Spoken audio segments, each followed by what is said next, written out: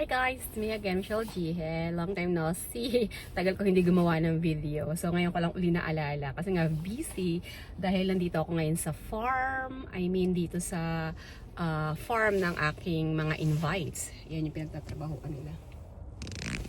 So, ayun. So, kaya naalala kong gumawa ng video. At syempre kahapon may nag-ask din sa akin about sa invitation letter na galing sa LGU. Kasi nag-invite siya ng kapatid niya rin para sa seasonal farm worker.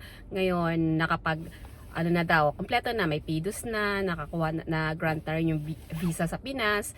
Pero ang problema niya is kailangan niya ng LGU invitation letter. So, yung invitation letter na galing sa LGU daw. So, hindi niya alam kung saan niya kukunin. Kasi yung nagtanong siya sa City Hall, wala ring alam yung City Hall about doon sa requirements na ngayon. So, yun, nagtanong nga siya sa akin, ano daw yung, saan daw ba niya kukunin, ano daw ba gagawin niya. Kaya, yan, isi-share ko sa inyo. Actually, na-share ko na to sa mga nakaraang video ko, kung nasusubaybayan ninyo na ako lang gumawa ng sarili kong invitation letter. Kasi nga, according din dito sa City Hall namin, ang binibigay lang kasi nilang invitation letter is yung para sa mga re-entry.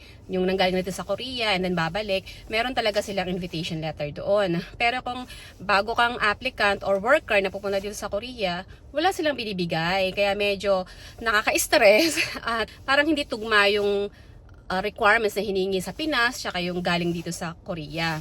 Bali guys, ito yung example form ng invitation letter. So, nanggaling din to sa DMW, binigay din nila yan.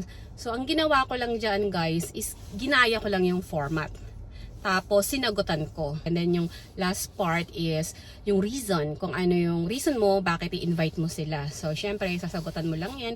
Tapos, ito sa last part, bali, tinatakan ko na rin lang siya. So, kung meron kayong mga red, ano tawag dyan, yung red ink ng pang-pirma sa pagpunta sa bangko nyo, di ba? May mga ganun tayo. So, kung meron kayong ganun, pwede nyong tatakan. So, pinasa ko yun ng ganun lang kasi tinaray ko kung pa pwede ba. Tinanggap naman nila. So, ibig sabihin, pwede pala. So, ito guys, sinishare ko lang sa inyo kasi ito nga yung ginawa ko. Pero, hindi ko sinasabi na valid to or okay to. Kasi, syempre, iba-iba tayo ng lugar, iba-iba ng proseso, iba-iba rin ng hinahanap nilang requirements. So, baka yung pwede sa akin is hindi pwede sa inyo. Pero, sinishare ko lang yung idea kung ano yung gagawin ninyo. So, yun. Pero, ayan lang yung idea na pwede kong ma-share sa inyo since napagdaanan ko na. Thank you for watching guys. So, hanggang dito na lang. Hanggang sa muli. Bye! Don't forget to like and subscribe!